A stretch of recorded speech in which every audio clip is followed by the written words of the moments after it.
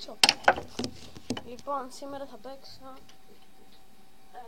Δεν ξέρω τι μου κατεβαίνει στο μυαλό γιατί έχω πολύ καιρό να μας πω στο κανάλι μου και θέλω να δώσω σημειώματα για να περνάει η ώρα μου και εμένα.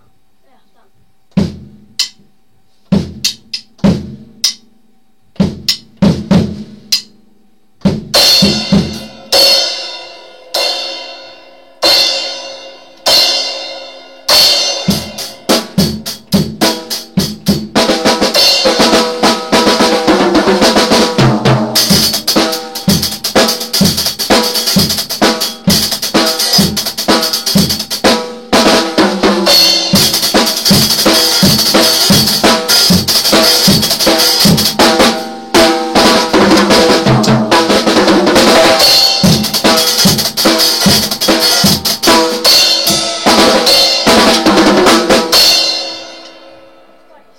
Ήταν πολύ μικρό βιντεάκι.